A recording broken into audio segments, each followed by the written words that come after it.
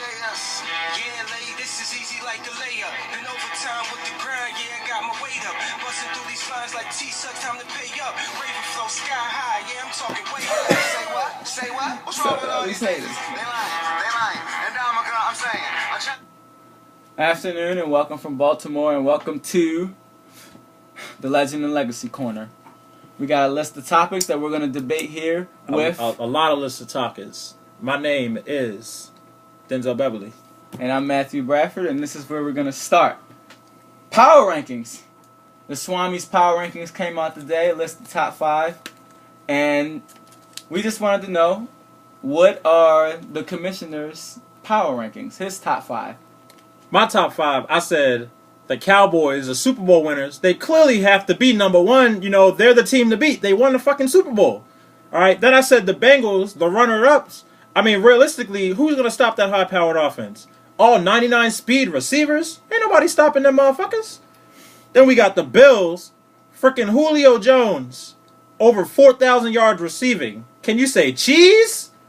The Bears, I think, the Bears, with the way they play the offense, their cornerbacks, their secondary, not as strong. AARP cornerbacks. Not as strong, but I think the offense and the ground game led by Tim Tebow can definitely set them off right. And then I said the Jags, playing the way they played last season, they should have been the ones to make the Super Bowl. That's the way I felt. Stamp. And you listen to this guy. Now, I caught heat from this earlier on the social networking firms. They're like, oh, how could you not put the Jags in? How could you not mention the Jags? And I'm sitting here like, yeah, I'm not going to mention the Jags. And I'm going to tell you why. But, we pretty much agree on the top 3. I put Cowboys at 1, 3 Super Bowls in a row. Even though I felt like the Bears choked on me last year when I picked the Super Bowl to be, the Bears to be the favorite in the NFC. They let us down. I don't know what Coach Anthony was thinking. He's just like, oh, I'm going to change my game plan in the middle of the NFC Championship game. I don't know. Bengals, yeah, we can agree on that. And the Bears, who I struggled with. I was actually going to put Bills at number 3 because, this Bears team is just getting old. And, they're getting older by the second. Tillman retires this year. Next year this year you have 3 of your starters all over 30. The Bears, the way I see the Bears is that their secondary is just old. I don't know if there's a greater word than saying old. Because they're old. Well, your starter, your number 1 quarterback is 32. The number 2 guy is 35. The number 3 guy is like 31. They're old. Not saying they can't play, because great vets, can still play ball. They have a lot more, intelligence and knowledge than the young cats. But I'm saying they're old guys. And when you're 35, you can't be that fast to stop top receivers. Which is why you put the Bills at 3. I'm fine with that. I say the Bills. They have the talent. They re-sign A.J. Green. They do trade Jimmy Graham, but you get 4. The Bills. The A.J. Green is a Falcon, not a Bill. Julio Jones. Julio Jones. Yeah, Julio Jones. They re-signed Julio Jones. 4,000 yards. And top that. And they have Maurice Jones-Drew. And they also got Vernon Davis. That type of lineup, I don't think you can stop. And in the offseason, you figure to mention you have the MVP in Cam Newton. Not to mention that in the offseason they went out and they traded for the Island Man, Darrelle Revis. So based on talent alone, I have to put them up there. Yeah, sure they've underachieved in the past, but I have to. And then 5, I say the Panthers, who, need I remind everybody, went 15-1 last year in a tough NFC. That nobody's just like, oh, how they do it? Where did it come from? No, this team was legit. You can keep an eye out for them because, yeah, I waver a little back and forth. But I say, no, Jags not in. No way. The reason I say the Jags is because, in my opinion, in a passing league, you got to have elite cornerbacks. You got to have elite safeties. And the Jags have went out and done that, all right? They have freaking Earl Thomas, Antoine Bethea. They have DRC, Brandon Flowers, They have nice young Cromartie and little nice. Brandon Listen, Flowers. he also has nice young cornerbacks on that team. Well, we can talk about this defense, but what did you just call it? A passing league. And who's the starting quarterback for the Jacksonville Jaguars?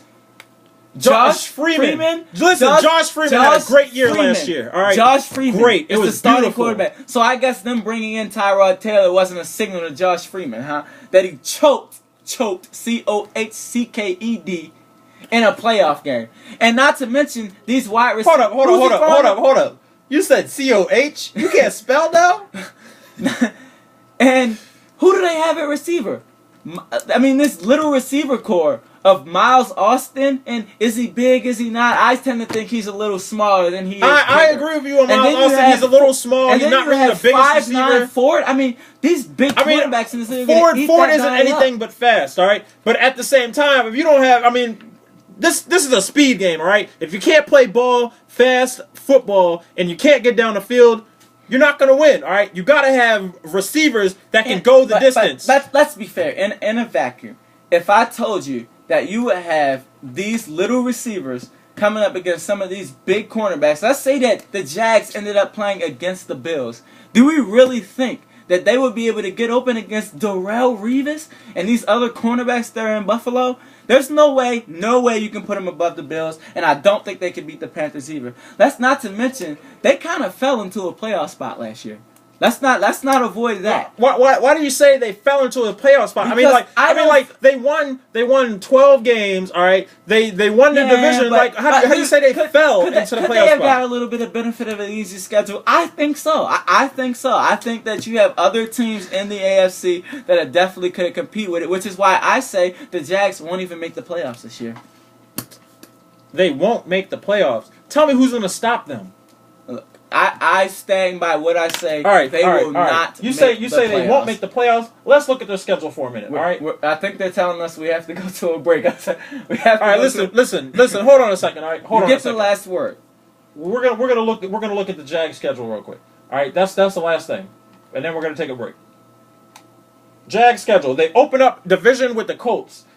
You know. And then they have the Bengals. All right. The Bengals, the Rams. They come back with the Broncos, the 49ers, you don't realize the Titans. You're making my point. Who are they playing? Non-playoff teams. They can easily win these first 5 games. But as we go down the schedule, obviously I'm going to count a loss against the Bengals. I'm going to say he's going to lose to the Niners, up-and-coming team, lose to the Cardinals, lose to the Bills, lose to the Raiders, lose to the Titans, tough game at home, lose to the Texans, lose to the Seahawks, and lose to the new Chiefs owner. So we have a situation here where they can slide to almost 0-8 in a stretch in the season. I don't see it happening. They won't do it. I don't see it happening. They won't do it.